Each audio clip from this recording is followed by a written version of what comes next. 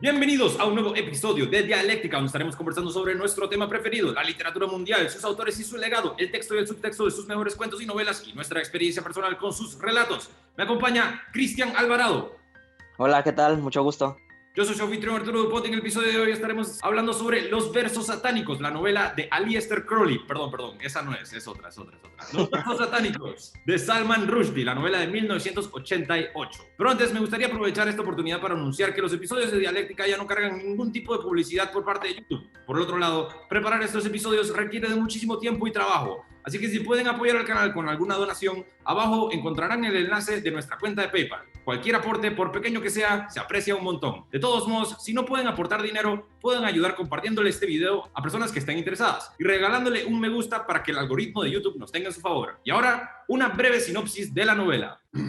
Prohibida en la India antes de su publicación, esta monumental novela del ganador del premio Booker es un delicioso retrato del bien y del mal que anida en el corazón de hombres y mujeres. Un avión secuestrado estalla a gran altura sobre el Canal de la Mancha. Los pasajeros, Gibrel Farishta, un legendario galán cinematográfico, y Saladin Chancha, el hombre de las 1000 voces, autodidacta, anglófilo furibundo, caen al mar, pero sobreviven y consiguen llegar a una playa inglesa, donde notan extraños cambios. Uno ha adquirido un halo sobre la cabeza y el otro ve con horror cómo crece el vello de sus piernas, los pies se convierten en cascos y las sienes se abultan. Los versos satánicos es la novela más célebre, iconoclasta y polémica de Salman Rushdie, una referencia ineludible de la literatura de nuestro tiempo. Comencemos con lo personal.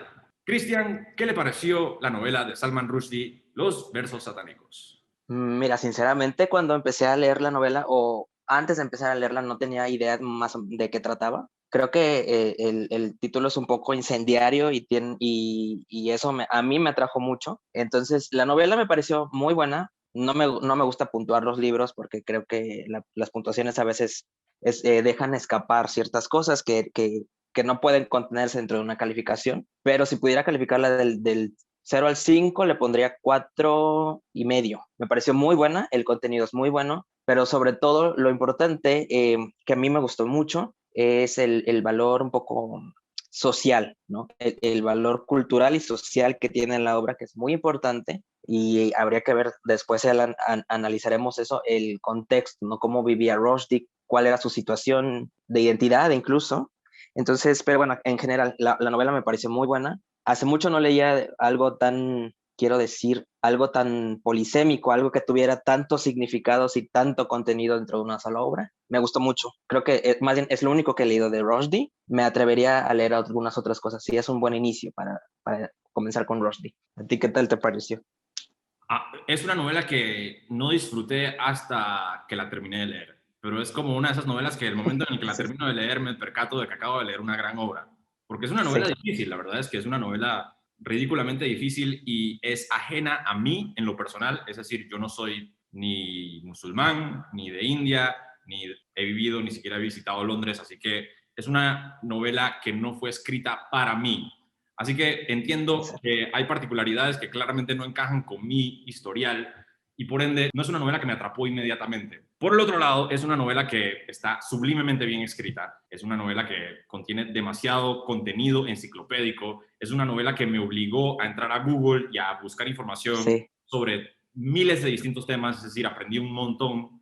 Yo no sé si usted, pues, pero yo no conozco absolutamente nada sobre la religión maometana, es decir, no conozco nada sobre el Islam, además de lo cotidiano, de lo general, pero después de leer esta novela, pues me interesé y he aprendido un montón al respecto. Es decir, he aprendido muchísimo sobre Mahoma, he aprendido muchísimo sobre la religión musulmana, su desarrollo, su crecimiento, la filosofía musulmana, los avances tecnológicos y matemáticos y científicos que aportaron a la sociedad. Es decir, entré en un agujero negro cuando terminé de leer la novela. Entré en un agujero negro donde me obsesioné por un buen rato. No me obsesioné con la controversia, que es como que lo que más abunda en el internet y lo que más abunda es el fatwa de Khomeini que le pusieron encima a Salman Rushdie, es decir, le pusieron un precio sobre su cabeza, algo totalmente innecesario, pero podemos discutir eso un poco después.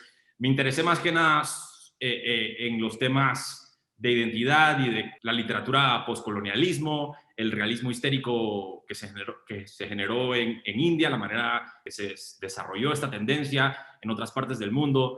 Es decir, me encontré en una posición de estudioso y la verdad es que por eso la aprecio un montón e incluso pienso que eventualmente, quizás de aquí a 10 años, la vuelva a leer. Es decir, es una de esas novelas que fue difícil, es decir, fue una lectura difícil, pero siento que una relectura me haría apreciarla muchísimo más. Rescato dos cosas que dijiste que me parecieron muy importantes. La primera sobre el conocimiento del Islam. Me parece que habría que ponerle más bien un desconocimiento. No me refiero a ti, me refiero en general. Porque lo que se sabe del Islam muchas veces no es la realidad, ¿no? Es lo que Europa construyó como la idea del Islam, que son terroristas, que secuestran aviones, que paradójicamente en el libro sí ocurre, ¿no? Que unas personas secuestran el avión y todo, pero hay más allá del Islam, no viven con chalecos llenos de balas y están viendo a ver qué matan. Creo que por un lado eso me parece muy importante. Por el otro lado, me parece que tienes mucha razón, es muy puntual lo que dijiste porque es un libro, yo lo veo así, es un libro que te hace salir del libro, porque tú lo lees y a mí me pasó lo mismo. Mientras lo leía o cuando terminé de leerlo, enseguida busqué otras fuentes, busqué en internet, busqué otros libros, porque necesitaba complementar eso que yo había leído. Me parecía que el libro hace que el lector no se quede con el libro en sí mismo, sino que motiva, no sé si de manera intencional o no, pero motiva a que uno, una vez leyéndolo, salga y complemente eso que leyó, porque de repente es muy difícil entender una religión, como dices tú, con la que no convivimos, porque en América debe haber muchísimos asentamientos, ¿no? O bueno, iglesias, pero no tanto como en Europa y ni se diga de Asia o África. Entonces, para nosotros como latinoamericanos es un tema que todavía no tenemos tan a la mano. Entonces, me parece importante eso y pues yo creo que sí tengo un poquito de acercamiento al Islam, pero por las religiones abrámicas, ¿no? Como el cristianismo, el judaísmo, el Islam.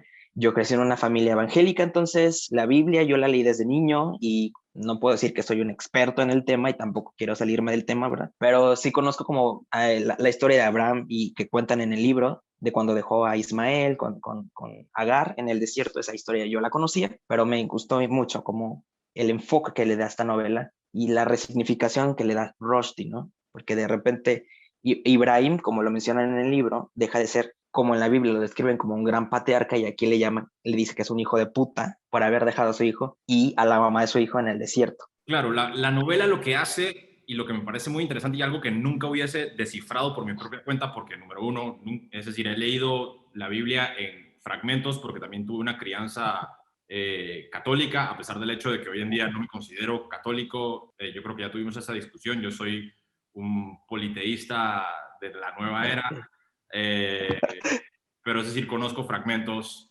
de las historias judio-cristianas.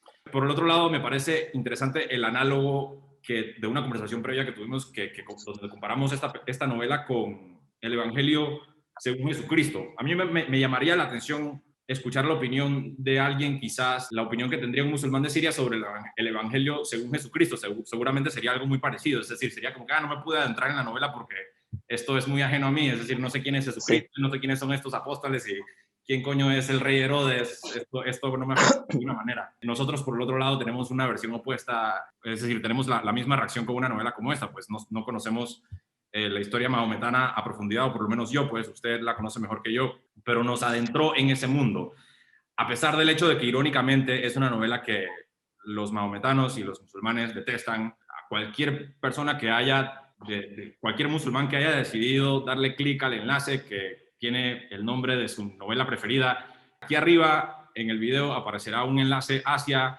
nuestro episodio sobre el Evangelio según Jesucristo para que se sientan mejor. Es decir, estamos criticando todas las religiones, no estamos criticando ni una en particular, por favor, no nos pongan una sentencia a muerte, no vale la pena.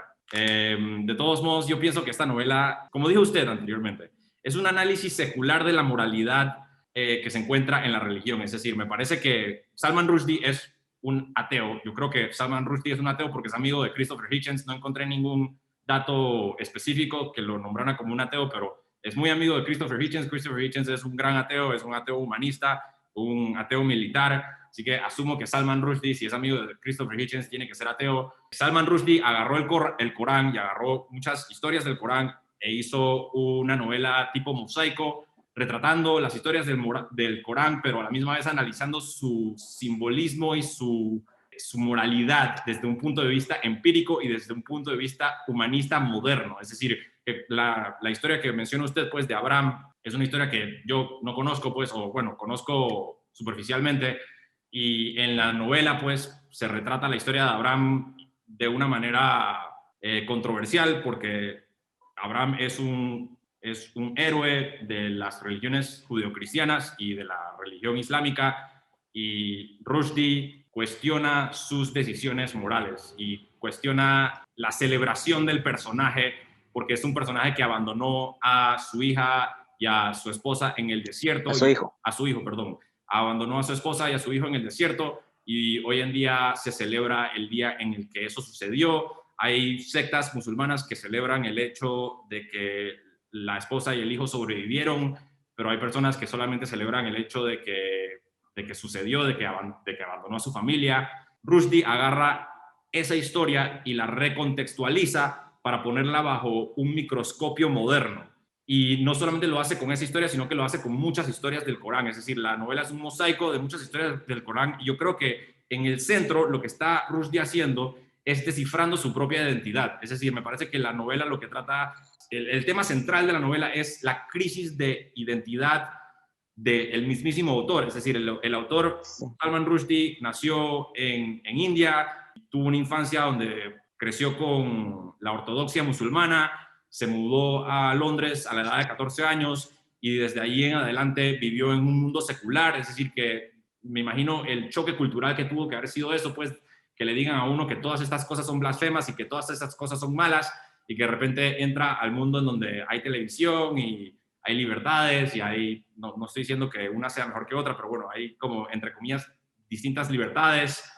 Yo creo que con los versos satánicos, Rushdie lo que hace es descifrar cómo acopla o cómo se acopla un punto de vista relacionado a su infancia y a su ortodoxia con el mundo moderno. Y lo hace a través de estos dos personajes, pues Jibril Farishta, el ángel que también hace papel del arcángel Gabriel, y Saladin Chancha, quien se convierte en un demonio o Shaitán, que es Satán, es Satanás, el Satanás de la religión musulmana. Me llama la atención también el hecho de que, es decir, una de las cuestiones que más me llamó la atención es cómo invierte los papeles, pues, porque Jibril Farishta se convierte en un ángel y Saladin Chancha se convierte en un demonio, pero al fin y al cabo el que termina causando un verdadero desastre o el que termina convirtiéndose en la encarnación del mal es el ángel Jibril Farishta, mientras que Saladin Chancha, por el otro lado, se convierte en un personaje muy, muy humano.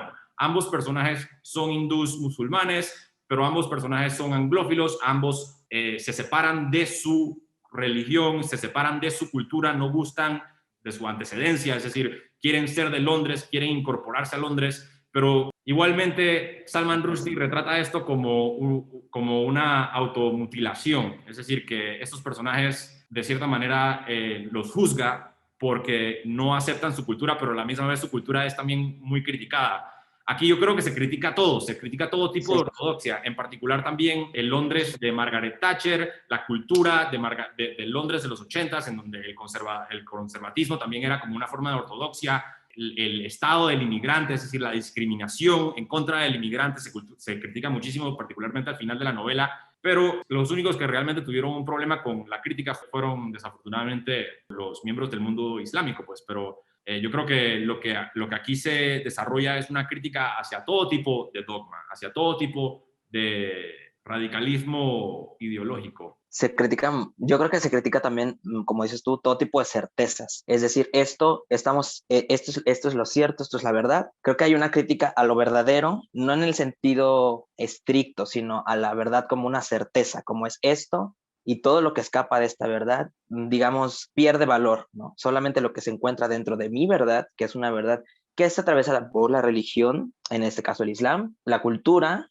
porque como bien dices, yo sentí como que todo el tiempo, no solo los personajes, la historia misma está debatiendo entre dos cuestiones. Tú sabes, porque como bien decías al principio, cuesta mucho trabajo leer la novela. A mí me costó también mucho trabajo. De hecho, me tardé como 1 mes y medio, 2 meses, cuando es una novela que relativamente no es tan larga, son como 600 70 páginas en la edición que yo tengo, pero me costó mucho trabajo porque de repente te están hablando de un personaje y en el siguiente párrafo ya están hablando de otro y no te diste cuenta en qué momento hicieron el cambio. Están en el presente y luego van al pasado. Están en Occidente, bueno, están en Inglaterra y ya de repente estás en India, en el mundo real incluso, y luego en el mundo onírico, que es este mundo de Jibril Faristan, ¿no? Donde él es el ángel, la encarnación del arcángel Gabriel. Entonces, siempre hay como como un duelo de dos verdades o dos posiciones. Entonces, me parece a mí que esta centralidad es más bien esta idea central, toda vez, por ejemplo, lo que decías tú,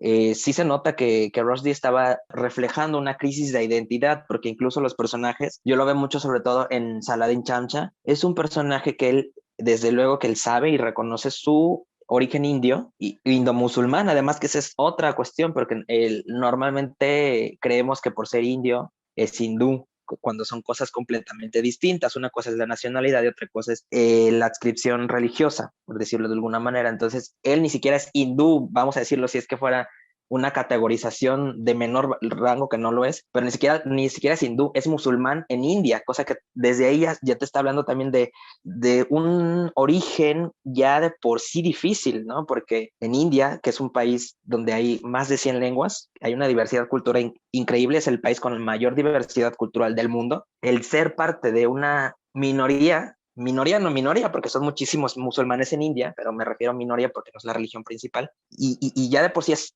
un conflicto, y luego de eso trasladado a Inglaterra, el Chamcha siempre tuvo esas aspiraciones a Occidente. Para el Occidente, en este caso Inglaterra, es lo mejor, es el desarrollo, es el conocimiento, se aleja de este mundo oscurantista del que él viene o el que él todo el tiempo reniega, porque él reniega de su pasado. Siempre está habiendo este debate, ¿no? Entonces, la crisis de identidad de Rushdie yo creo que la reflejó perfectamente con este personaje y con muchos otros, pero específicamente con Chamcha. Me gustó mucho la transfiguración también de los personajes, porque si bien yo lo vi así, no sé si esa sea la intención o no, yo vi como que el bueno, entre comillas, vamos a decirlo, ¿no? El bueno era Chamsa y el malo era Jibril Farishta, ¿no? Porque Jibril era como la celebridad, era como al actor de Bollywood, ¿no? El superactor, el más conocido, el super famoso que tenía muchas mujeres y que disfrutaba de la vida, de los vicios y los excesos. Y Chamcha era como el tranquilo, ok, vive en Londres, pero lleva una buena vida y es una persona decente, un buen ciudadano. Y cuando se da esa transfiguración, lo que pasa es que se cambia, ¿no? Lo que teníamos, la idea que tenemos de uno, que es el bueno, es el que se demoniza, no sé si existe esta palabra, pero se endemoniza o se demoniza, y el otro es el que se convierte en un ángel, que ya después, como bien dices, el que termina haciendo toda la devastación en Inglaterra es Jibril Farishta, quema las ciudades y bueno, hace un alboroto. Pues sí, para empezar eso y nada más como punte así mínimo, porque no es al tema. Es muy importante conocer, saber que Abraham, que es conocido como el gran patriarca de la Biblia y de las religiones abrámicas, conocido como el padre de la fe, porque Dios le ordenó que matara a su único hijo y él le obedeció, solo que hasta el último se le apareció un ángel y le dijo, oye, ¿qué estás haciendo? ¿No? Cuando él le dice, pues Dios me mandó, pero bueno, ya no lo mata. El primer hijo que tiene Abraham es Ismael, que es el que sale en esta obra, el hijo de Agar. Lo que pasa es que Abraham tiene relaciones sexuales con Agar, que era su sierva, porque no podía tener hijos con Sara, con su esposa. Entonces Sara fue la que le dijo, yo no te puedo dar hijos y Dios te prometió que te va a dar una gran descendencia, pues bueno, acuéstate con nuestra sierva Agar, que era una egipcia, me parece que era egipcia Agar. Entonces tienen a su hijo Ismael y años después Sara ya era una mujer de 90 años y por fin puede tener hijos y nace Isaac. Entonces, de la descendencia de Isaac es que viene el pueblo de Israel. Los israelitas vienen de Isaac, porque ese es el linaje, y de Ismael son los musulmanes, es la descendencia musulmana, se les llama ismaelitas. Es importante saber esto porque justo aquí es donde nacen las dos grandes vertientes del mundo judío-cristiano, bueno, más bien del mundo abrámico, el Islam y el judaísmo, que ya después de ahí se desprenderá el cristianismo y bla, bla, bla. Pero de ahí viene incluso la guerra, el enfrentamiento islámico con el judaísmo, de esta selección que hizo Abraham, ¿no? De que al final escogió a su hijo legítimo y rechazó a perdón, a Ismael. Nada más quería aclarar eso. Y ya desde ahí, pues el devenir y las continuas confrontaciones. Sí, la verdad es que no conocía eso. La verdad es que, como dije, mi ignorancia en torno a la religión con la que crecí, es decir, no presta atención en confirmación y no presta atención en clases de primera comunión tampoco. Pero me arrepiento de no haber prestado atención porque al fin y al cabo, digo, son temas interesantes. A mí Sí, muy interesantes. son muy, muy interesantes, aunque los vea desde un punto de vista totalmente alegóricos y aunque no les dé validez, pues los veo como Sí, algo muy interesante de todos modos. Me llama la atención lo que menciona sobre Chamcha. Chamcha termina siendo precisamente el verdadero protagonista de la obra. A mí me sorprendió muchísimo la inversión de los papeles, es decir, a ambos yo los vi como personajes igualmente inmorales, es decir, no vi a Chamcha como un personaje moralmente superior a Jibrel hasta que Jibrel se convirtió en el ángel Gabriel y lo ignoró en la casa de Rosa Diamond. Desde ese momento en adelante no sé. me llamó la atención el hecho de que el ángel Jibrel estaba jugando un papel como demoníaco y por supuesto eso se fue intensificando a lo largo de la obra. Me llama la atención también el final, pues los últimos 3 párrafos o las últimas 4 páginas de la novela incluyen, número 1, el hecho de que Jibril Farishta asesina a su ex amante junto con el nuevo amante, No sé. Aleluya Khan, e inmediatamente Chamcha viaja de regreso a India, se cambia el nombre de regreso a su nombre original, que era Saludín y no Saladín. Saludín, saludín. Y, Chanchaguala, algo así. ¿cómo? Sí, exacto. Saludín Chamchaguala, Chamchaguala, no sé qué. Exacto. Era más largo el apellido. Tenía un nombre, exacto, un nombre hindú musulmán Sí. y se lo había cambiado como para adherirse con más efectividad a la cultura de Londres. Pero Claro. se vuelve a cambiar el nombre al original, al nombre hindú musulmán, hace las paces con su padre de cierta manera representa la tradición, representa sus ancestros, su vida como musulmán, su vida como hindú. El padre está a punto de morir, ya muere, finalmente muere y llegan unos bulldozers, unos camiones porque van a derrumbar la casa y Chamcha mira el paisaje por última vez y está junto a Seni. Me parece que es muy importante el hecho de que termina con Seni porque Seni es como la mujer hindú que él había dejado porque era hindú, la reemplazó por una mujer de Londres que lo quería él particularmente porque él era hindú y él la quería a ella porque ella era blanca.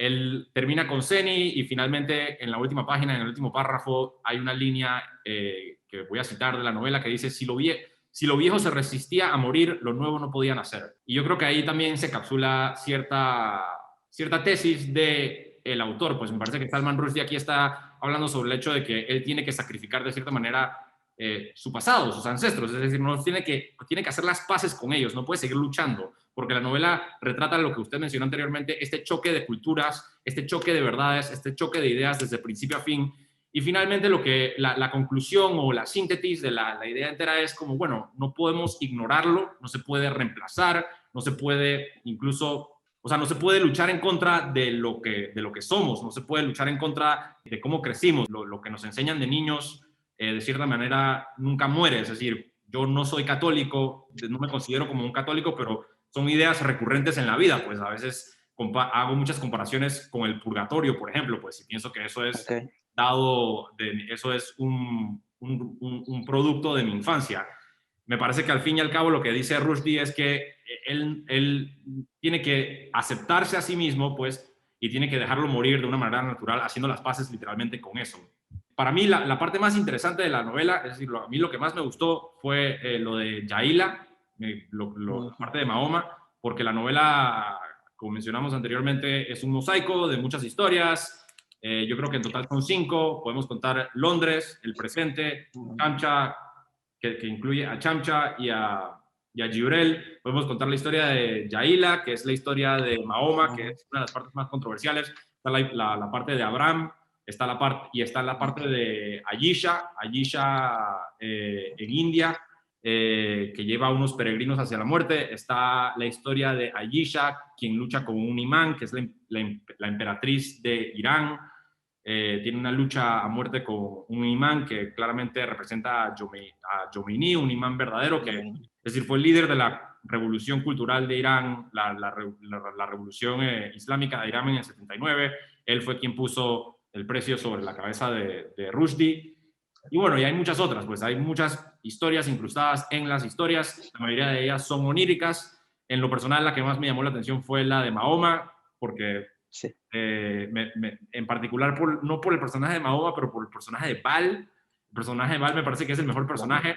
No sé si Baal aparece en el Corán, yo creo que sí, porque la mayor parte de las historias aquí son reinterpretaciones del Corán, pero Baal, por contexto lo voy a mencionar, Baal es un poeta que vivió en la Meca antes de que fuese conquistada por Mahoma y sus seguidores.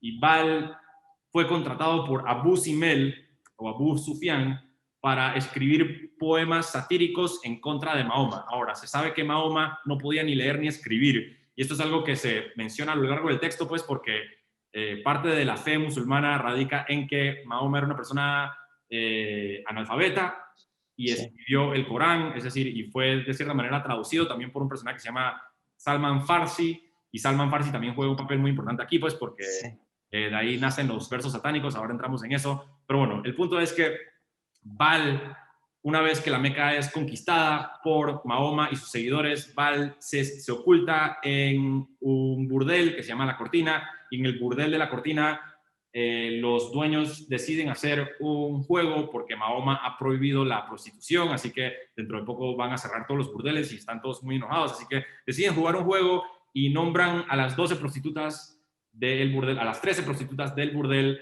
con los nombres de las 3 esposas de Mahoma, y Baal hace el papel del profeta.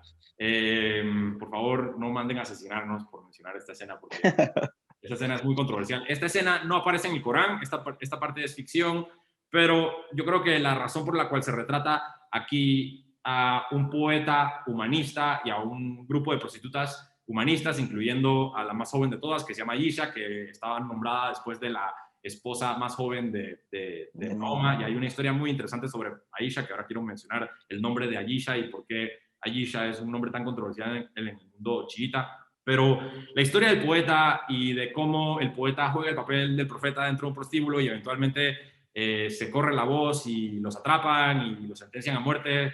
Es decir, me llama mucho la atención, pues, porque hay líneas a lo largo del texto en donde se comparan a los escritores con las prostitutas, porque Mahoma, como era un hombre que obviamente era analfabeta, no leía ni escribía, pues fundó este rencor generacional en la fe islámica, y puede ser que esté hablando aquí desde un punto muy marginal, esto lo leí en algo suplementario, por favor no me odien. La fe islámica tiene cierto rencor por el intelectualismo, tiene cierto rencor por los escritores y por supuesto tiene muchísimo rencor por la prostitución. Entonces en la novela hay una línea muy buena en donde Mahoma dice: escritores y prostitutas, no veo la diferencia. Pobres prostitutas, no comparen a las prostitutas con los escritores, por favor. Eso es injusto, eso es muy injusto con las prostitutas. Los escritores son mucho peor. Y Salman Rushdie ha hablado muchísimo sobre esta línea y ha hablado muchísimo sobre esta interpolación, es decir, él piensa que es una imagen, es decir, él no ofrece respuestas directas al respecto, pero piensa que es una imagen que vale la pena estudiar. Es decir, ¿por qué hay tanto rencor hacia el raciocinio, hacia la sátira, hacia la burla, hacia la poesía, hacia la literatura? Es decir, este centro dogmático de toda fe y de toda religión, no solamente la islámica, es la muerte de la moral, pues, porque según Rushdie, la moral nace del raciocinio. Es decir, gracias al raciocinio y gracias al pragmatismo filosófico podemos decir que algo está bien y que algo está mal. Es decir, podemos decir que abandonar a una persona en el desierto no está bien, abandonar a la esposa de alguien en un desierto no está bien, pues, y obviamente la fe es lo que nos lleva a nosotros a deducir que eso no está mal, quiero decir. Es decir, la fe se basa en lo concreto, en una ideología muy dogmática y muy perturbadoramente peligrosa, pues. A la misma vez, yo pienso lo mismo del catolicismo, es decir, y esa fue la religión con la que crecí, así que pienso lo mismo de todo dogmatismo y de toda forma de pensamiento que no incluye la duda. Yo creo que por eso Rushdie no incluye aquí ninguna respuesta concreta. Por eso también creo que se critica mucho a Londres de Margaret Thatcher. Aquí se retrata la discriminación, la pobreza, el caos, la marginalización, la demonización del extranjero. Aquí se hace, es decir, es una crítica global y universal que no solamente se concentra en el análisis moderno y humanista de Mahoma, es decir, se concentra en el análisis moderno y humanista de todo dogma y de toda fe. Que además en la obra de Salman ni siquiera no lo llaman Mahoma, le llaman Mahound, que luego hay un tema, yo lo leí en internet porque pues yo no desconozco la lengua, pero dicen que Mahón, así le llamaban en la Edad Media los cristianos a Mahoma, me parece que es un término despectivo, ¿no?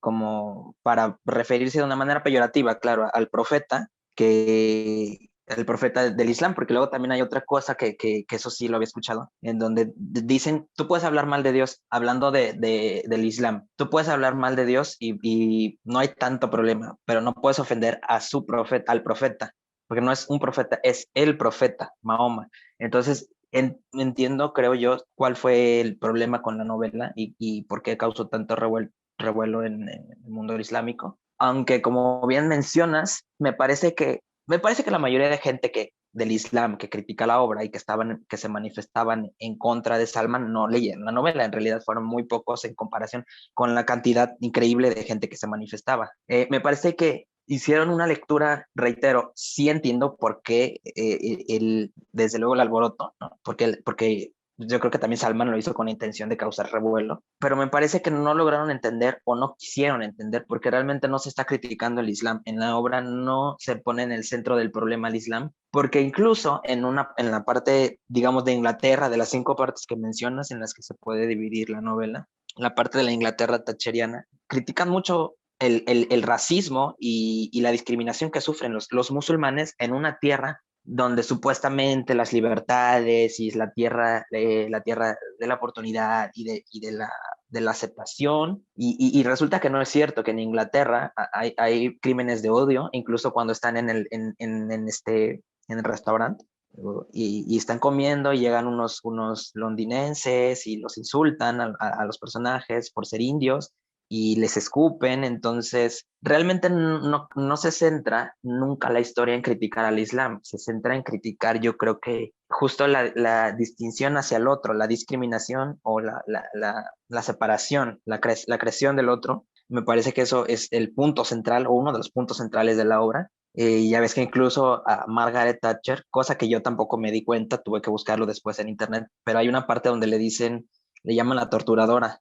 y se refieren a Margaret Thatcher. Bueno, si no saben quién es Margaret Thatcher, pues yo creo que en internet hay mucho contenido, pero bueno, fue primer ministra de Reino Unido, perdón, de Inglaterra, y se caracterizó por ser una dirigente muy rigurosa, muy estricta contra los jóvenes, contra las minorías, en este caso, la población musulmana. Y por eso se le llamó la Dama de Hierro, porque era una persona muy estricta, con una mano muy poderosa y muy fuerte, que no se tentaba el corazón, Margaret no le Thatcher, temblaba. Sí, claro, sí, Margaret Thatcher fue una cuasi fascista, es decir, Margaret Thatcher sí, inspiró, es decir, la razón por la cual tantos libros sobre sociedades distópicas fueron publicadas en la era de Margaret Thatcher no es una coincidencia. Margaret Thatcher fue como una represora, una líder opresiva terrible, pues, y obviamente para el mundo conservador fue casi una heroína, pues, tiene una película como sí, que ganó premios y todo el mundo dice,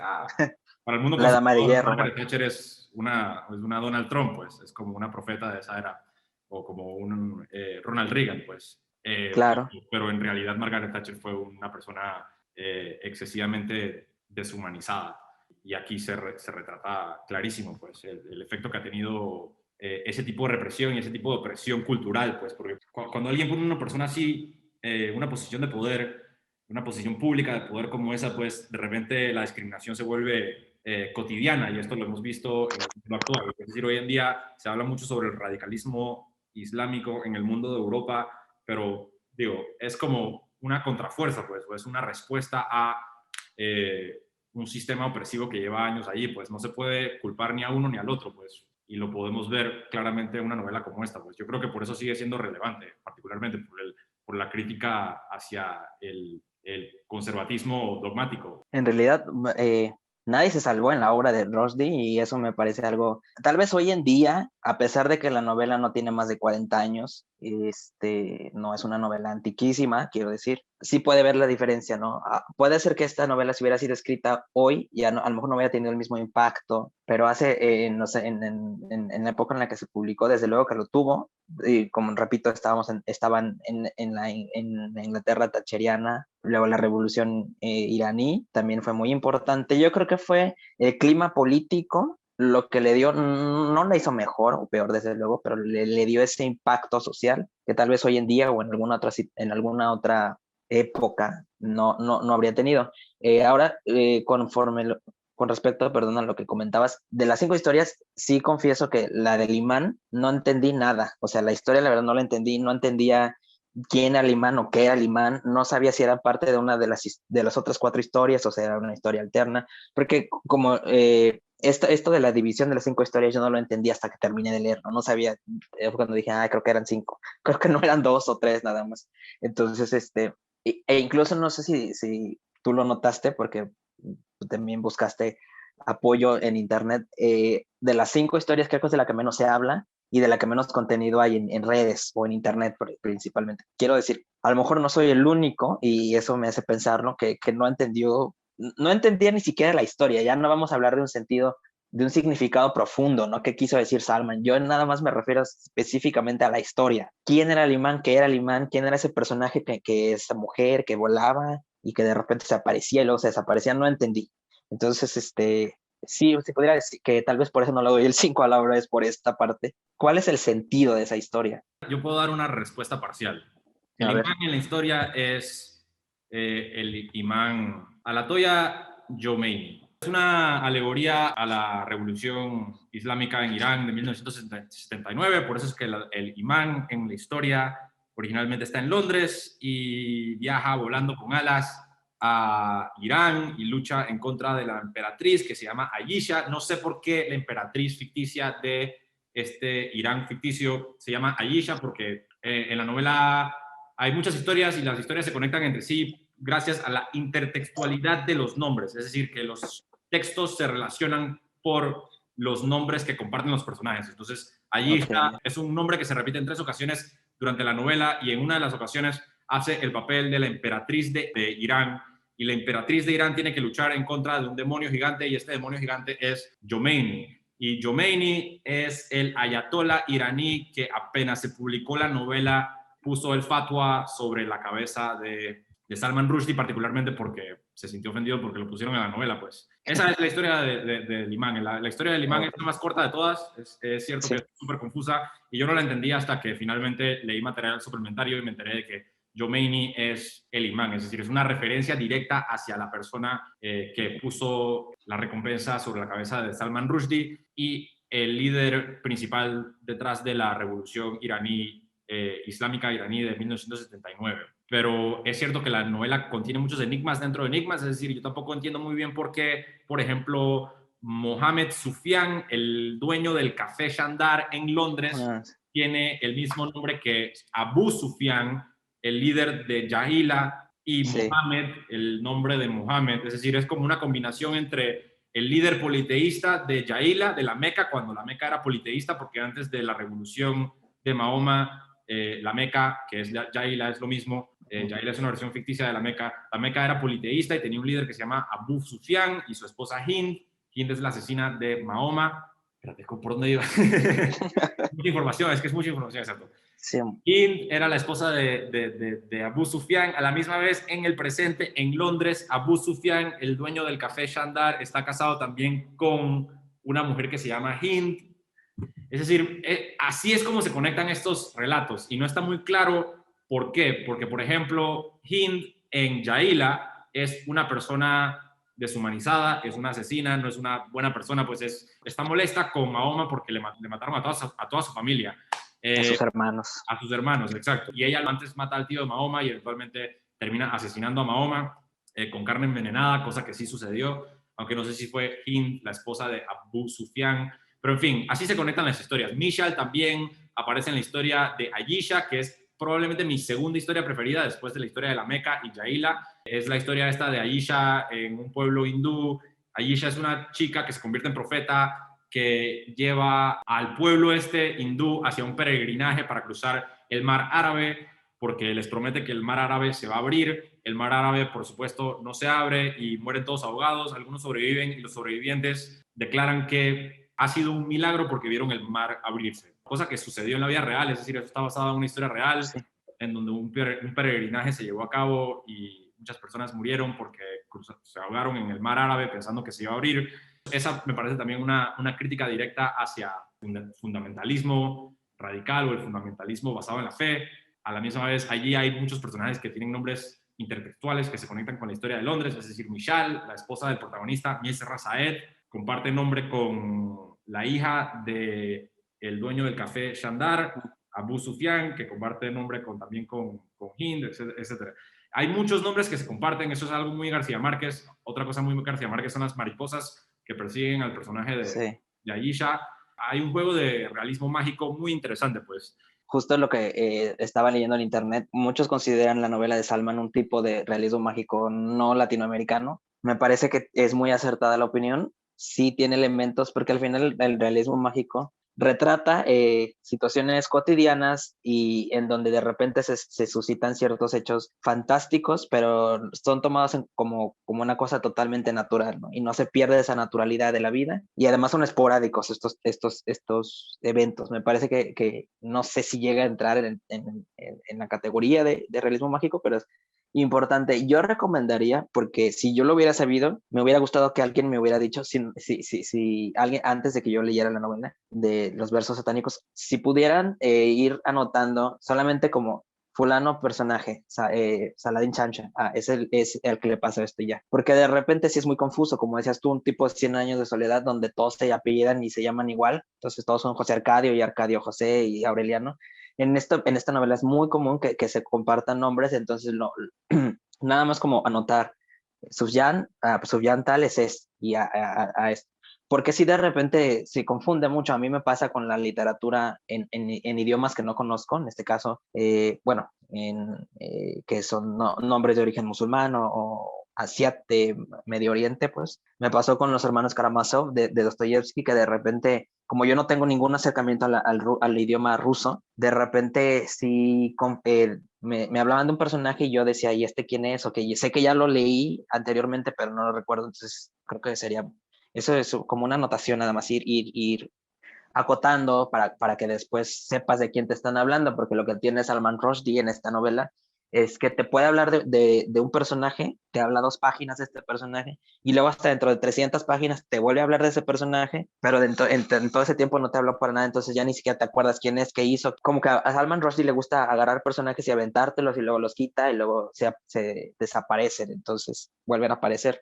Ahora que me dices tú lo del imán, me parece que sí tiene como más lógica. Algo así había leído, creo que en internet, de que era una personificación del Ayatollah Khomeini. Y por eso yo creo que sí sintió él como una pedrada, como le decimos vulgarmente, ¿no? Porque, la historia de Ayesha, en esta ciudad, la que está cubierta de mariposas, es Ayesha de las tres, me pareció, a mí fue la historia que más me gustó, después sería la de Mahound.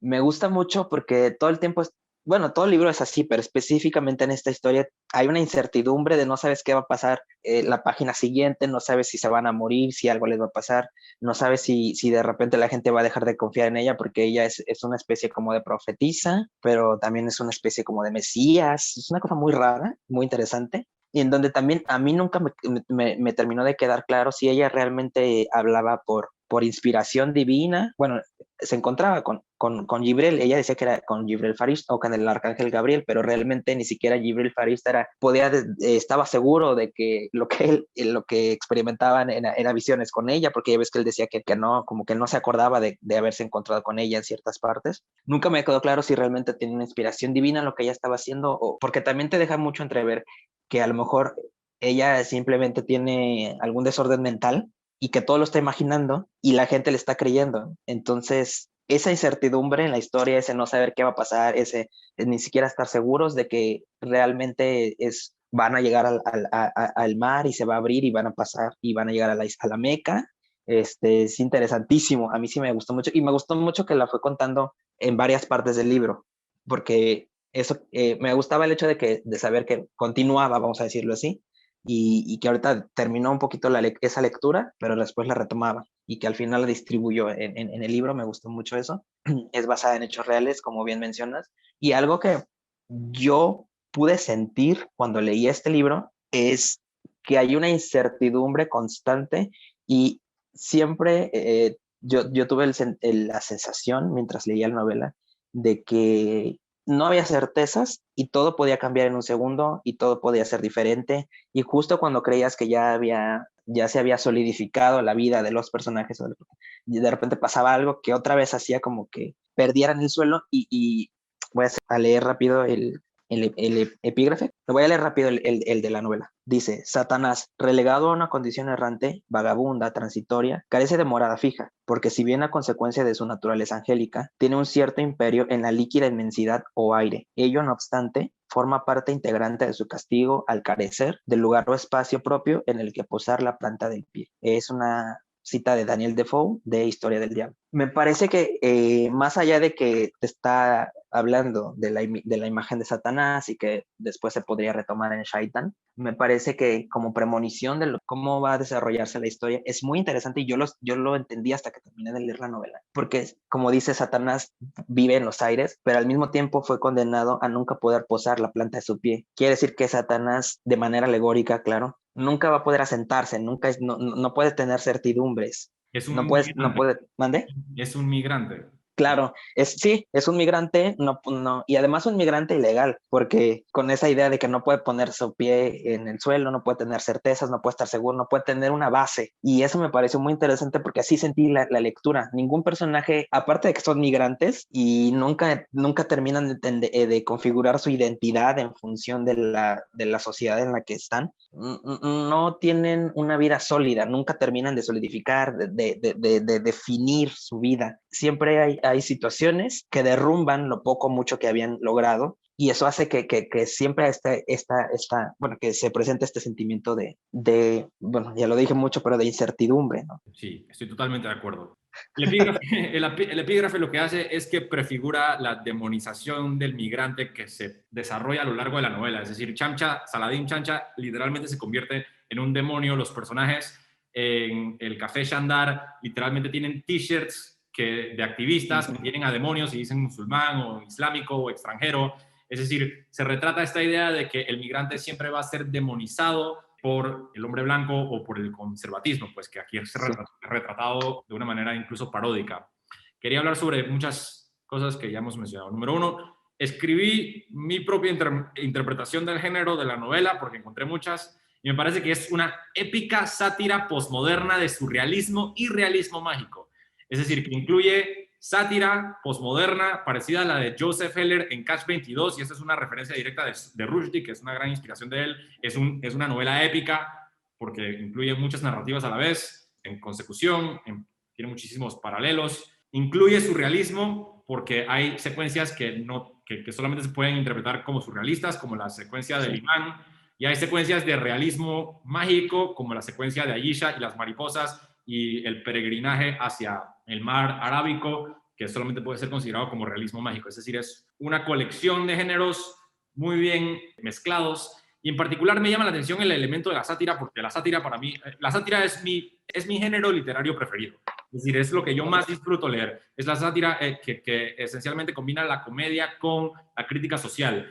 Y usted mencionó hace poco, bueno, que la inspiración divina de Ayesha nunca se describe si es real o si es ficticia. Yo creo que a lo largo de la novela, la inspiración divina, no solamente de Ayesha, sino también la de Mahund y la de todos los otros personajes que tienen inspiraciones divinas o conversaciones con el ángel Gabriel, estas inspiraciones divinas son satirizadas, porque pues al fin y al cabo cada uno escucha del ángel Jibrel lo que más le conviene. Es decir, que hay como una mezcla aquí entre lo que dice Dios o dice el ángel Gabriel o dice la inspiración divina y los deseos de la persona. Es decir, al fin y al cabo siempre la inspiración divina siempre sale conveniendo a quien sea que la esté escuchando.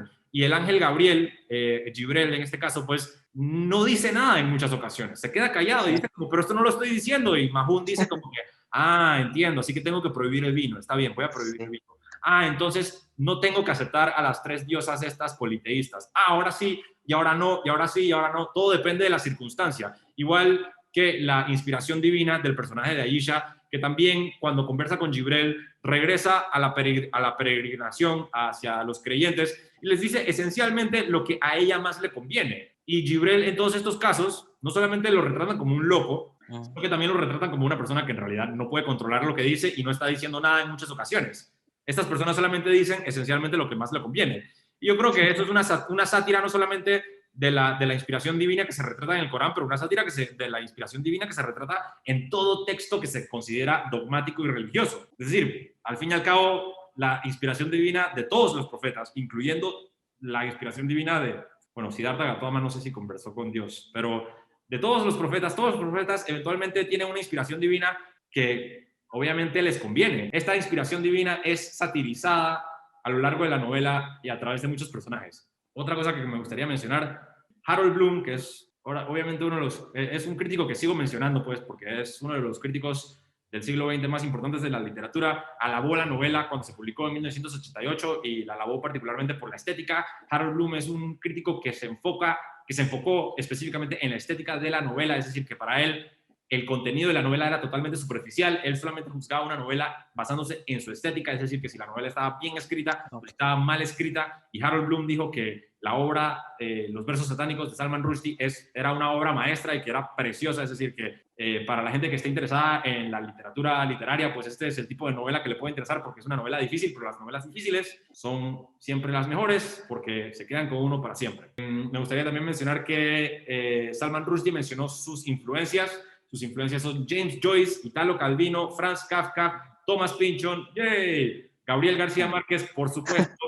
Y la influencia más extraña de Salman Rushdie es Frank Herbert, el escritor de la saga de Dune. Y por un momento pensé como, wow, qué raro, Frank Herbert, un escritor de ciencia ficción aquí incrustado entre una colección de escritores literarios. Pero por supuesto, si Frank Herbert también escribió de Mahoma. Es decir, para los lectores de Dune, los que han leído Dune, saben muy bien que la historia de Dune es una reinterpretación de la historia de Mahoma, pero en el universo de ciencia ficción. Pero bueno, solamente quería mencionar eso. Bueno, y que un comentario más. La novela fue censurada en Sudáfrica, en Pakistán, en Arabia Saudita, en Egipto, en Somalia, en Sudán, en Malasia, en Indonesia, en Bangladesh y en Qatar, y produjo manifestaciones en el mundo entero. Y el traductor japonés fue asesinado en muchos de los ataques que se dieron a cabo después de la publicación. Y bueno, hay cierta ironía detrás de la furia, pues, porque la novela en realidad está escrita para estas personas. Esta novela no fue escrita ni para usted ni para mí. Esta novela fue escrita para que los musulmanes dudaran un poco de su fe dogmática, que pensaran en la diferencia entre el bien y el mal, que pensaran con raciocinio sobre el humanismo, sobre lo que está bien y lo que está mal. Es decir, es una novela sobre la moralidad del ser humano basándose en un punto de vista secular, pero a la misma vez es para estas personas, es decir, una novela para musulmanes y que retrata también la furia del dogmatismo, es decir, la furia que se dio a cabo está ejemplificada en la misma novela que estamos leyendo, por eso tiene como, me recuerda mucho al Maestro y Margarita de Mikhail Bulgakov, que también es una novela que retrata mucho la historia del escritor después de la publicación de la novela, es decir, es una novela que tiene elementos proféticos, de cierta manera. Y lo que no saben es que cuando queman los libros y hacen documentales al respecto, lo único que están haciendo es aumentando el valor y la fama de esta novela, es decir, tiene un efecto contrario. Ahora todo el mundo sabe quién es Salman Rushdie y qué es los versos satánicos.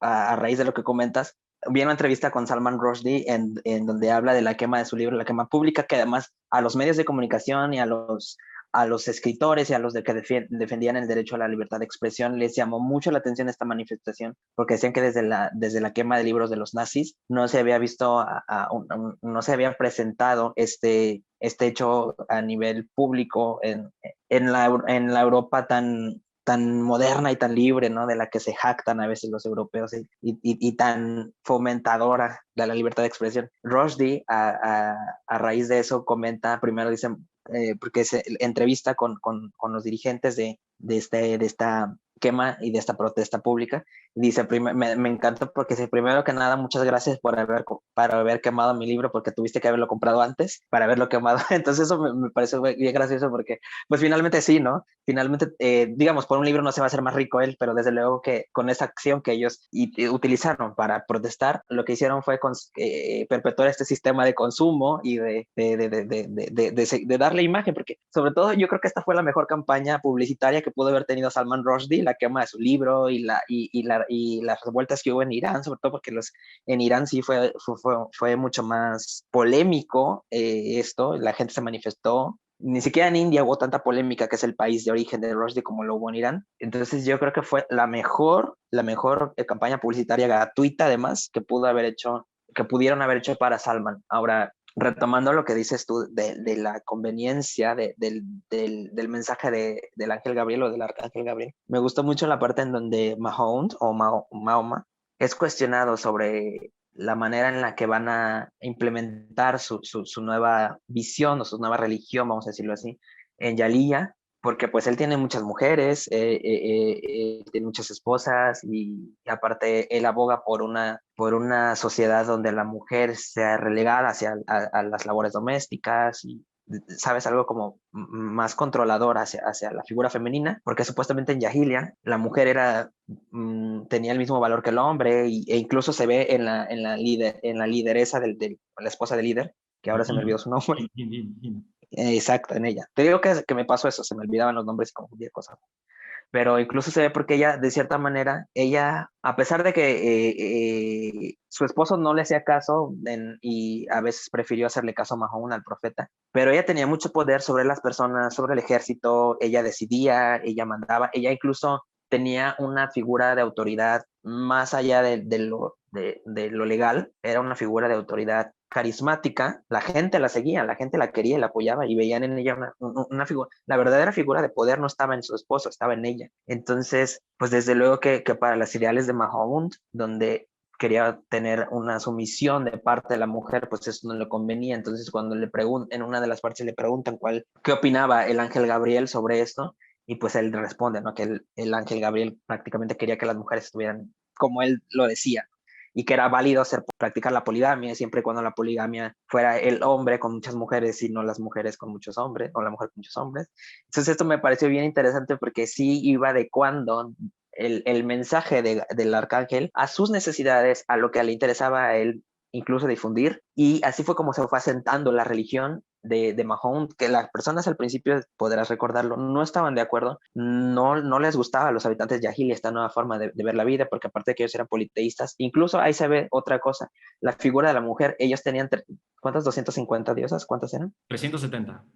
370 diosas, y las principales eran diosas mujeres. Entonces, desde ahí ya se deja ver cuál es la figura de la mujer para los habitantes de Yagilia y cómo hubo este choque con la nueva religión o con la religión que traía el profeta, donde predominaba la figura masculina. Eso se me hizo bien interesante. Las personas incluso no estaban de acuerdo, pero no tenían el valor para expresar sus puntos de vista, y por eso es que dentro del burdel donde se lleva a cabo el de Ayesha y de Baal, es donde realmente se entera la gente de todo lo que está pasando en el pueblo, del mercado negro que hay de la carne, porque Mahón prohibió el consumo de carne de cerdo, y aparte, pues toda la idea de la mujer, ¿no? Ahí es donde se enteraban todos, dónde se estaba vendiendo incluso la carne, en qué establecimientos pueden comprar cosas que estaban ya en el mercado negro gracias a las nuevas reglas. Y pues nada, esta resignificación de los valores, que también es un cambio, como yo lo decía anteriormente,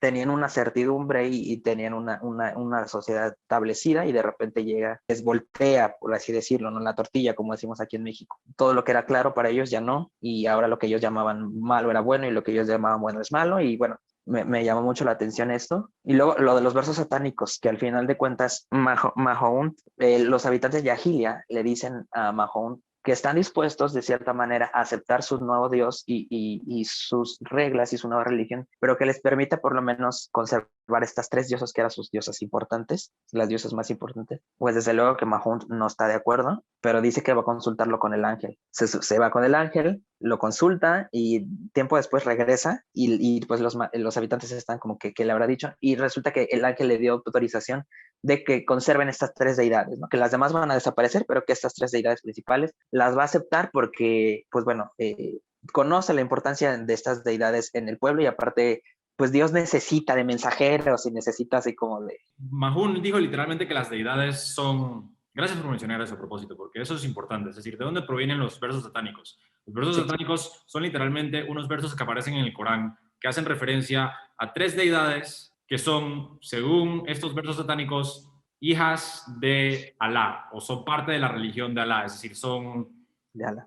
Son 3 diosas muy, muy, muy importantes que Mahoma le dio validez por un momento e inmediatamente se retractó, pues porque el Corán es un libro divino sin errores, según la fe musulmana. Entonces, mientras que estaba Mahoma negociando con Abu Sufyan en la Meca, esta es la historia real y se retrata en la novela también, mientras estaba negociando para evitar una guerra, pues como usted mencionó anteriormente, le dijeron, bueno, usted tiene que concederme a mí 3 diosas en su religión si quiere que nosotros cambiemos de religión. Y Sí. Mahoma conversó con el ángel Gabriel y el ángel Gabriel le dijo que sí, que estaba bien, que aceptara a las 3 diosas estas en la religión de Alá. Aparecen en el Corán estos versos satánicos en donde aceptan a estas 3 diosas e inmediatamente, con mucho sarcasmo, se retracta en el Corán y dicen como estos versos anteriormente escritos son herejías, son los versos satánicos, como que no hay por qué hacerle caso, porque inmediatamente cuando la negociación no sale a flote, cuando se percata Mahoma de que en realidad se están burlando de él, de que no hay fe o no hay sumisión total, él vuelve a conversar con el ángel Gabriel y el ángel Gabriel le dice, yo nunca te dije eso, ese fue Shaitán, ese fue Satanás quien te engañó y por ende de allí nacen los versos satánicos en el Corán. Pues nuevamente lo que hace Rushdie es agregarle complejidad psicológica y realista a la analogía del Corán o al relato del Corán, pues donde se analiza esta situación en donde hubo una interferencia satánica en el dictado religioso y espiritual de Mahoma.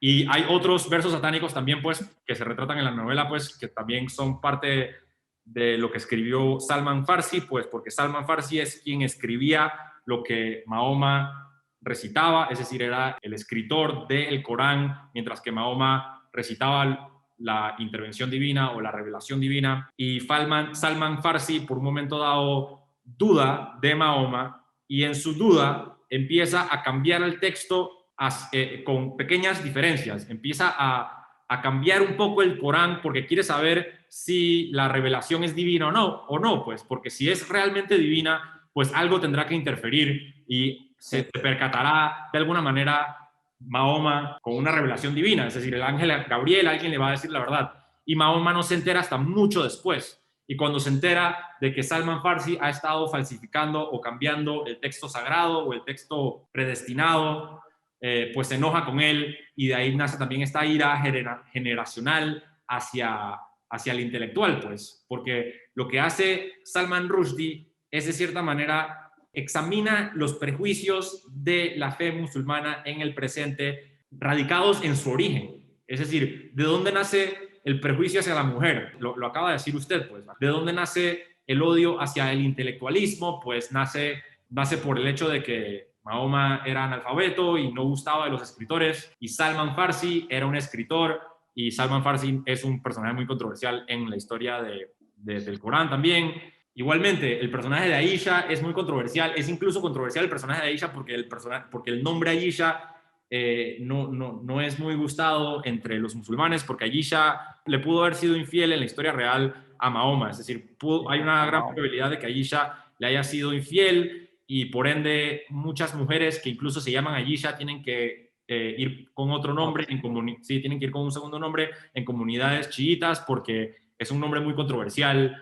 Y lo que hace Salman Rushdie es que agarra todas estas controversias, estos prejuicios, y los analiza y los pone bajo un microscopio, haciendo siempre la pregunta, como que ¿esta idea es moral? ¿Sí o no? ¿Esta idea tiene algo de peso, tiene algo de raciocinio, de lógica?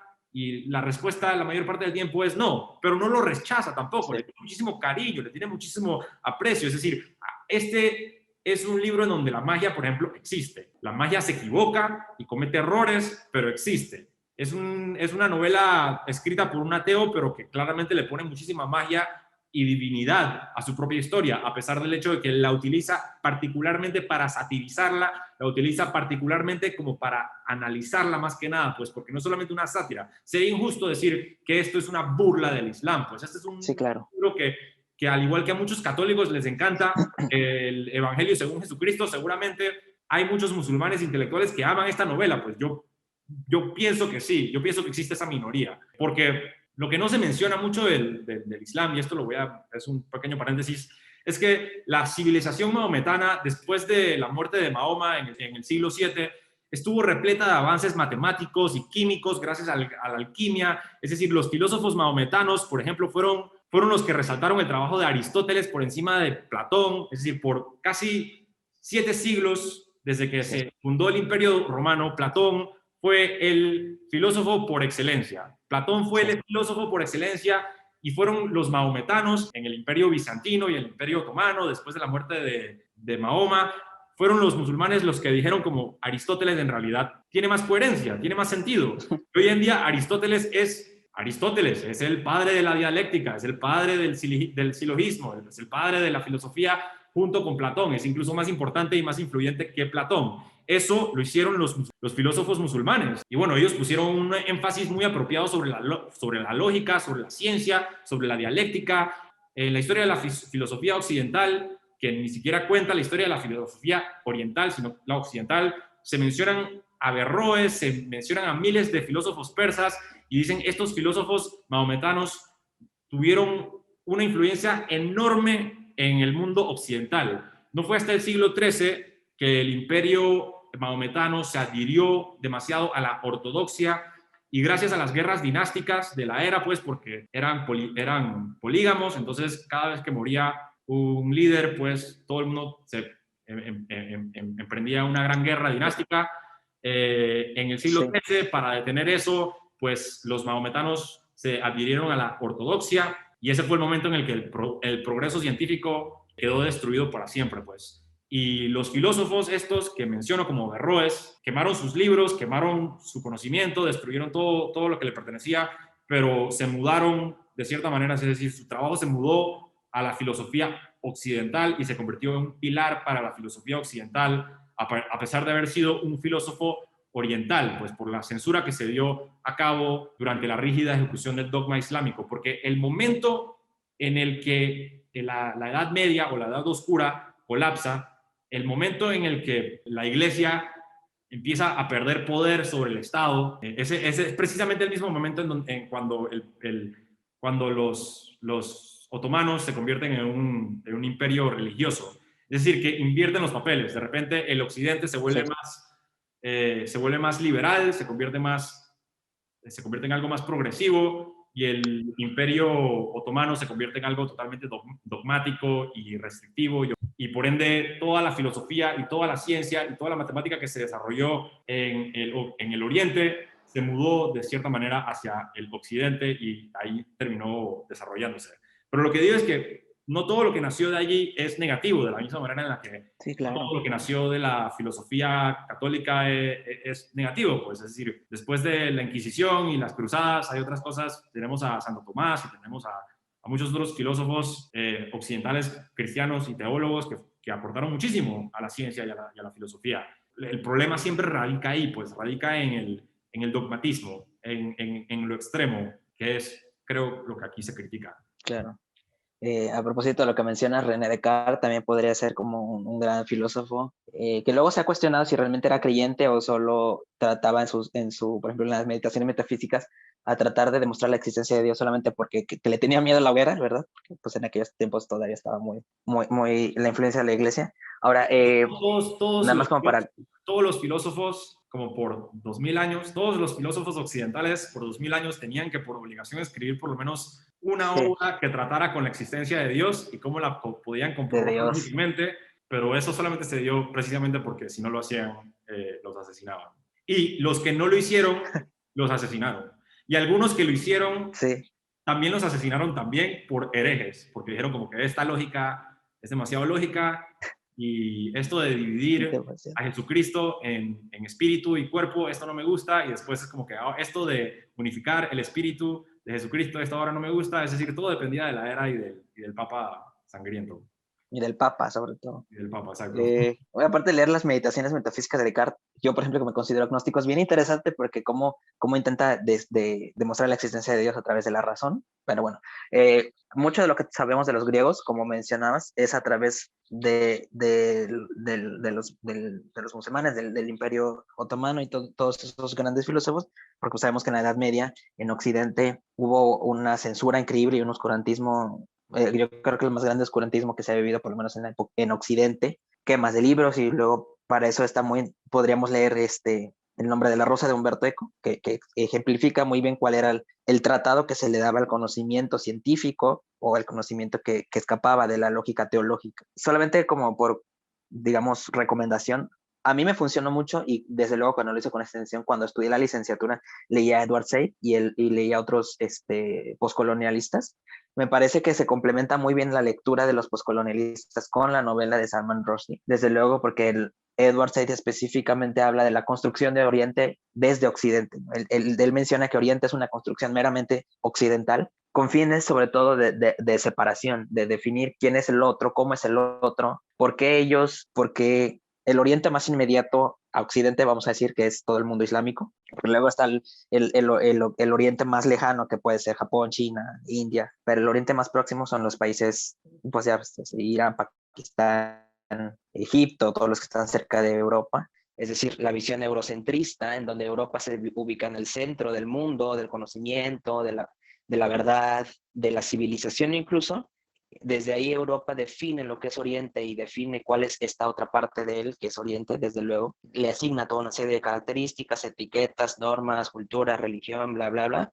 Y en función de eso es que intenta legitimarse a sí mismo Europa y Occidente, la visión occidental, a través de su diferencia con el otro, que el otro más sería Oriente, como te decía, el Oriente más próximo de Europa, desde luego son los países Irak, Irán, Afganistán, Egipto, musulmanes principalmente, y luego estaría el Oriente más lejano, que es Indonesia, bueno, estos países, ¿no? Insulares, y esto yo creo que ayuda mucho para entender la visión eurocentrista en este caso de Inglaterra, ¿no? Cómo se centran y además monopolizan el conocimiento y monopoliza la verdad, y se ve mucho en la visión que tiene Inglaterra de India como un país atrasado, como un país de pobreza. Solo como para terminar la idea, me pareció muy interesante una parte en la página, a ver, es súper, súper breve. En la página de mi edición está en la 547, donde están, bueno, dice, durante el trayecto de vuelta a la estación Carlisle, Chamcha hizo un comentario sobre la despoblación del campo. No hay trabajo, dijo Aldi. Por eso está vacío. Gibrel asegura no entender que todo este espacio vacío sea señal de pobreza, que después de las aglomeraciones de la India, esto es un lujo. Eso me pareció muy interesante porque el espacio vacío, que para Inglaterra significaba pobreza porque no había gente que estuviera trabajando en las tierras, porque no había mano de obra, no había abastecimiento. Entonces, por eso los campos estaban vacíos. Y en India, la misma visión de un campo vacío sería sinónimo de lujo, claro, porque es uno de los países, es el segundo país más poblado del mundo. Entonces, allá lo que les hace falta es espacio, les hace falta campos y les hace falta espacios donde trabajar muchas veces. Entonces, allá sería un lujo tener un espacio tan amplio, lleno, vacío. Y eso me parece muy interesante, esta visión dual, ¿no? Como te decía, siempre hay dos visiones, dos oposiciones. Eso me hizo muy interesante, querer resaltarlo. Dos visiones contrarias y nunca se ofrece una respuesta. Es decir, esto lo he dicho en numerosas ocasiones en el canal, pues me parece que un constante o algo que tienen en común muchas de las grandes novelas de la historia de la literatura, pues que he leído, pues, o las mejores novelas que he leído, es que no ofrecen respuestas, sino que ofrecen preguntas. A veces las preguntas son retóricas, es decir, que la pregunta en sí es una respuesta, pero nunca ofrecen algo claramente definido. Y creo que Salman Rushdie, quien es claramente un erudito, un intelectual, una persona brillante, creo que está recreando este modus operandi, pues este modus operandi de ofrecer una perspectiva de culturas opuestas, distintas, antagónicas, contradictorias en muchos casos, contradictorias en sí también, pero nunca ofrece una respuesta. Es decir, yo diría que a diferencia de algo como Crimen y Castigo de Dostoyevsky, esta no es una novela que tiene una tesis per se, es una exploración de por sí y trata con estas historias intertextuales que se conectan a través de los nombres y de las referencias entre sí y de su referencia directa con el Corán para explorar el tema. Y creo que los temas no solamente son los que hemos mencionado, la identidad, el choque de culturas, la migración, la marginalidad, pero también lo que acaba de mencionar usted, y llegamos muy tarde al tema, pero el postcolonialismo, es decir, el efecto que tuvo el colonialismo en estos países de tercer mundo. Yo no conocía ni siquiera la palabra literatura postcolonial hasta que leí material suplementario sobre esta novela, y sí, Los versos satánicos encaja bajo el género de literatura postcolonial, literatura que explora el efecto del colonialismo en el mundo moderno. Me gustaría resaltar un artículo que aparecerá en la descripción de un autor, un crítico que se llama Efraín Traba, que escribió probablemente el mejor artículo que encontré sobre los versos satánicos. Leí artículos sobre los versos satánicos en inglés y en español, y me sorprende que el mejor que encontré está escrito en español, así que muy bien hecho Efraín Traba para la revista Replicante. Allí él menciona que el juego narrativo de Rushdie trata con analogías que tratan de poner en perspectiva su propia infancia islámica con su vida adulta en un país secular como Inglaterra. Eventualmente el país secular Inglaterra termina apadrinándolo. Él se ha convertido en un sir, es un señor, fue coronado por la corona británica, etcétera, etcétera, pero no se salvan los británicos de todos modos. Es decir, el Estado británico y la cultura británica también es satirizada en su novela. También quería mencionar una cita, una frase de el mismo Salman Rushdie cuando habló sobre la conexión entre las prostitutas y los escritores. Pobres prostitutas. Salman Rushdie dijo lo siguiente en un programa para una revista multicultural: cuando Mahoma regresó de la Meca victorioso era muy tolerante, y creo que, si mal no recuerdo, solo 5 o 6 personas fueron ejecutadas, y de esos 5 o 6, 2 eran escritores y 2 actrices que habían actuado en obras satíricas. Ahora, allí tienen una imagen que, a mi entender, es relevante explorar. Yo creo que de allí deriva también una gran parte de su tesis, en donde está estudiando de cierta manera los prejuicios modernos, la moral moderna, y cuando digo moderna me refiero a la moral moderna de la fe ortodoxa, no solamente musulmana, pero de todos lados, y lo pone bajo un microscopio para analizarlo no solamente desde su origen, pero desde su contexto mundial, y porque la novela también trata tanto sobre Londres como sobre la fe musulmana, pues. Y pienso que la intolerancia viene de ambos lados, pues, pero bueno, cuando se ataca, la libertad de expresión, ahí es cuando uno pierde terreno. Yo creo que, y esto es algo personal, yo creo que cuando uno utiliza la violencia o incita a la violencia, uno pierde el argumento inmediatamente. Es decir, que el momento en el que alguien utiliza la violencia para censurar a otra persona, pues ese argumento se acaba, y el que no utilizó la violencia, es decir, la víctima gana, el victimario pierde. Creo que esta es como es una lección histórica, es algo que se ha visto a lo largo de la historia, pues. Si de verdad tuvieron causa para molestarse, pues ese derecho lo pierden en el momento en el que incitan hacia la violencia. Pero como dije anteriormente, yo creo que debe haber una minoría, o quizás ni siquiera una minoría, pero debe haber un grupo de musulmanes, un enorme grupo de musulmanes que adoran esta novela. Es decir, yo pienso que esta novela fue escrita para musulmanes intelectuales, los cuales hay muchos, al igual que en cualquier grupo del planeta, étnico, religioso. Yo creo que esta novela debe ser la preferida de muchos musulmanes alrededor del mundo. Quizás no lo pueden decir en voz alta porque tienen miedo, pero es el tipo de novela que alcanzaría a conmover a una persona que quizás tenga dudas espirituales, dudas religiosas. Y la literatura tiene este compromiso también de hacer que la gente se sienta menos sola. Es decir, este es un compromiso de la literatura, y para eso existe literatura como esta, para que librepensadores o personas que se sientan marginalizados por la sociedad o por su grupo o por su entorno puedan encontrar algún tipo de refugio. Y esa es una cita del artículo, voy a citar: la novela implica más un cuestionamiento a las identidades culturales afectadas por fenómenos como la colonización y la migración que un atentado a las bases fundamentales de la religión islámica. Yo creo que esto es algo que hemos desarrollado a lo largo del programa, pues, y aquí también se complementa con este análisis por parte del señor Traba, en donde se menciona que en realidad el atentado a las bases fundamentales de la religión islámica es algo minoritario en comparación con el estudio y la exploración de la identidad migratoria como usted mencionó anteriormente. Si el migrante es un demonio, ¿a dónde pone el pie el demonio? Es decir, que se hace la comparación esta de que Satanás, cuando es expulsado del paraíso, no tiene dónde poner pie. Aquí se explora esa temática de una manera muy kafkiana, pues, porque el personaje que no tiene hogar igualmente se convierte en un demonio. Esta es una novela que se puede analizar por partes, se puede analizar por escenas. tiene un lenguaje sublime, así que ya de por sí, desde un nivel estético se puede analizar también, pero yo creo que hemos cubierto una gran parte de ustedes comentarios al respecto. Sí, terminando la idea, no solo los personajes, uno como lector, cuando lees, cuando te encuentras con los versos satánicos, resulta que nunca puedes llegar a una lectura cómoda, nunca puedes acomodarte, porque justo lo que te hace sentir es una incomodidad del tiempo, del espacio, de la situación. Creo que es un libro que no fomenta la lectura suave, es decir, la lectura como que de repente puedas leer más de 20 páginas de una sentada estaría muy difícil, porque si te hace mucho pensar, te hace mucho saltar temporalmente de lugares. Entonces yo creo que uno leyendo, uno se convierte en Shaitán, el lector se convierte en Shaitán cuando lee esta novela, porque entiendes la incertidumbre y la falta de identidad o la falta de hogar. Para terminar con la idea, solamente resaltar que los estudios postcoloniales, perdón, abogan justamente a la repartición del mundo de Europa, desde Europa.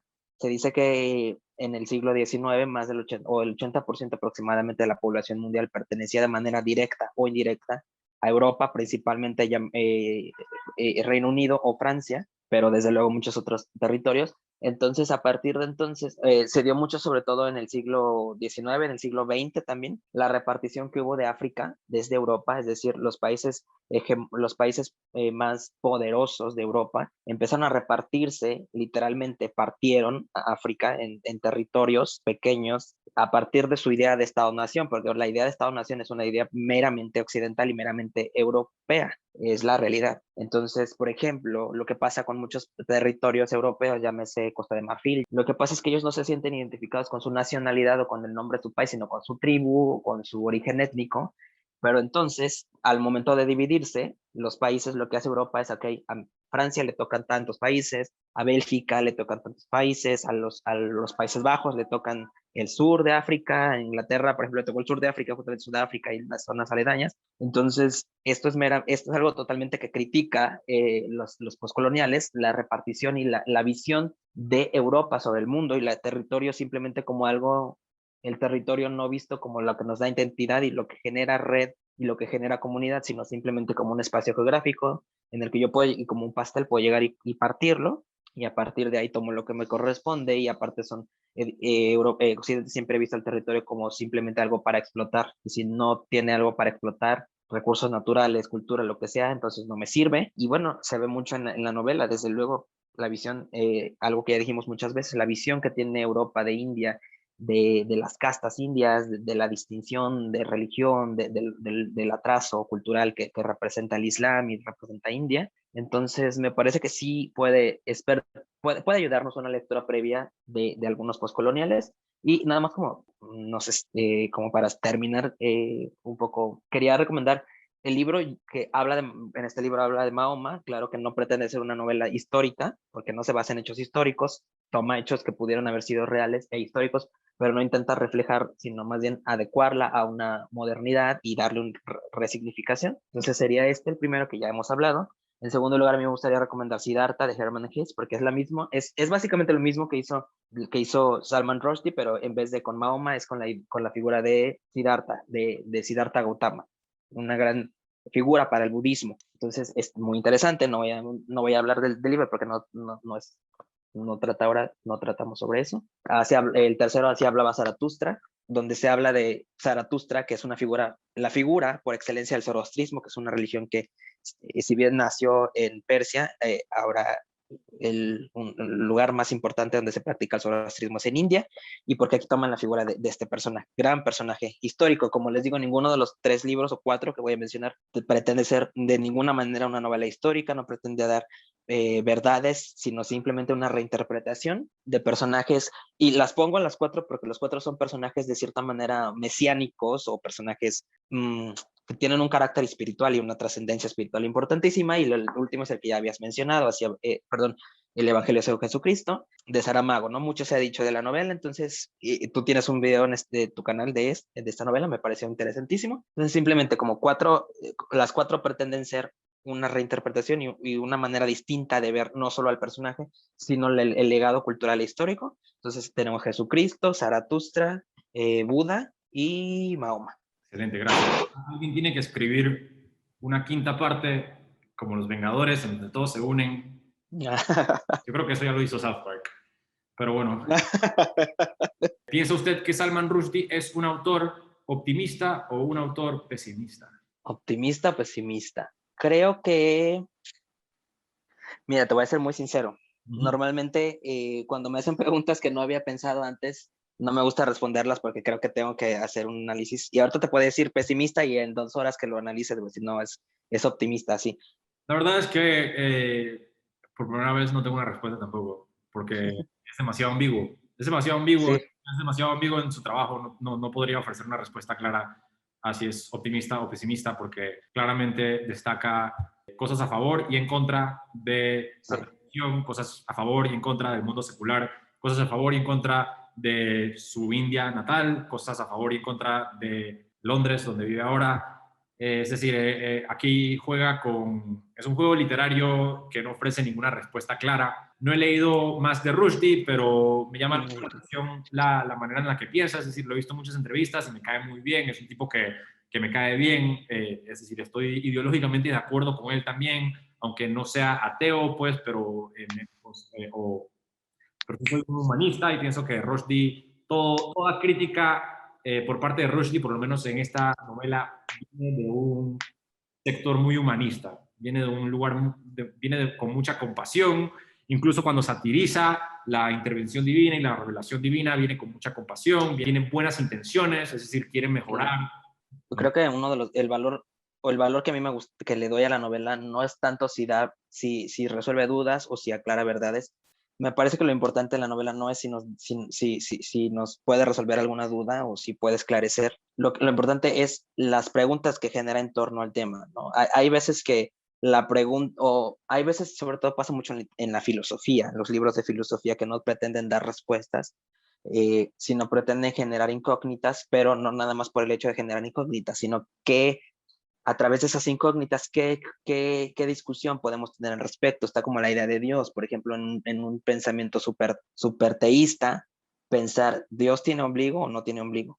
¿Por qué? Porque si Dios tiene ombligo, entonces quiere decir que tiene una madre, tuvo una madre, porque sabemos que el ombligo es la costra o es la evidencia del cordón umbilical. Si no tiene ombligo, entonces no somos hechos a imagen y semejanza de Dios, como lo dice la Biblia, porque aunque sea una nimiedad, el ombligo es una cuestión que ya no somos la imagen y semejanza de Dios.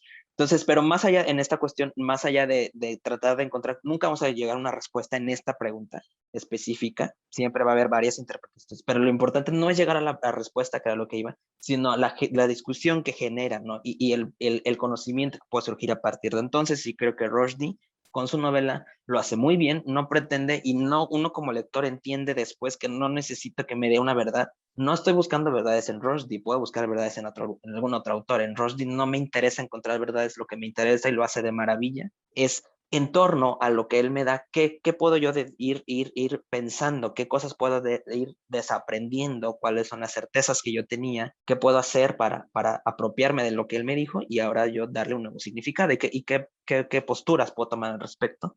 Y algo se me estaba yendo. La novela empieza con la caída de los dos protagonistas, que son Chamcha y Gibrel Farista, y me recordó mucho al pasaje de la Biblia donde describen el destierro de Lucifer del paraíso, porque justo lo destierran y cae a la tierra, y digamos, lo echan del paraíso, cae a la tierra como un rayo. Entonces, creo que no sé si lo haya hecho a propósito porque luego uno también como lector, no me vas a dejar mentir, trata de encontrar el significado a todo y hay veces que los autores no le ponen significado a todo, solo les gustó escribirlo y a uno quiere que signifique algo bien profundo y bien interesante. No siempre es así, pero es bien interesante este ejercicio que uno hace como lector de querer encontrar la piedra filosofal en una piedrita de arriba ahí que encontramos. Pero me parece interesante, ¿no? Esta posible analogía entre la caída de Lucifer y la caída de Saitán en la novela. Yo dudo que eso sea una coincidencia. Ajá. Es decir, no tengo ni la menor duda de que ahí hay un paralelo adrede por parte de Rushdie. Y Rushdie es el tipo de autor y el tipo de intelectual y erudito que escribe de esa manera. Es decir, que está escribiendo literalmente con Él sí. y por algo se repiten tantos nombres y por tanto hay tantos paralelos y se hacen tantas alusiones a la mística y a la mitología musulmana y a la religión, por consecuente, judeocristiana. Sí. Me gustaría citar a Philip K. Dick, quien dijo: el verdadero protagonista de un relato, de una novela, es una idea y no una persona. Creo que aquí es esta cita o esta frase se ejemplifica, pues. El protagonista de esta novela no es ni Jibril Farishta ni Saladin Chancha, es la idea en sí de la identidad, de la multiculturalidad, el mundo postcolonial. El protagonista de esta novela es Londres, el protagonista de esta novela es Bombay, y de cierta manera la novela hace referencia a eso en muchas ocasiones, pues, porque pregunta qué tipo de idea somos. Le hace la pregunta constantemente a sus personajes: ¿qué tipo de idea eres tú, Mahoma? ¿Qué tipo de idea eres tú, Chancha? Este es un tema recurrente, es un motivo recurrente, y me parece que de cierta manera a lo que se alude es que todos nosotros los seres humanos, pues, y aquí podemos estar de nuevo exagerando nuestra propia investigación de la novela, pero todos nosotros somos una colección de ideas, somos una colección de historias que incluye nuestra vida de adulto, nuestro pensamiento libre y nuestra infancia, pues. Es decir, por más que queramos, no nos podemos deshacer de nuestra infancia, no nos podemos deshacer de nuestro pasado. Sí. Seguramente Salman Rushdie en algún momento trató de deshacerse de su pasado, pues, y por eso incluye no a un personaje anglófilo, sino a dos personajes protagónicos anglófilos. Ambos son de India, y ambos están de cierta manera obsesionados con la cultura de Londres. Repito que en la conclusión de la historia, pues, se hacen las paces.